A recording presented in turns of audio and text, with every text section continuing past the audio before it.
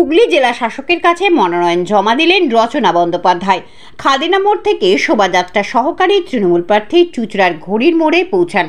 সেখান থেকেই মনোনয়ন জমা দিতে যান। সঙ্গে ছিলেন মন্ত্রী বেচারাম মান্না, বিধায়ক তপন দাশগুপ্ত, অসীমা পাত্র, অসিত মজুমদার। জেলা শাসক মুক্তা আচার্যর কাছে মনোনয়ন জমা দেন রচনা।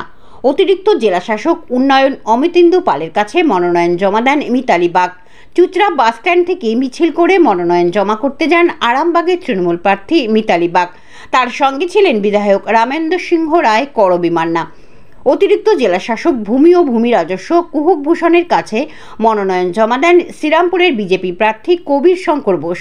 উত্তরপাড়া থেকে শোভাযাত্রা সহকারী বিজেপি প্রার্থীর মনোনয়নের হাজির ছিলেন রাজস্থানের মুখ্যমন্ত্রী ভজনলাল শর্মা।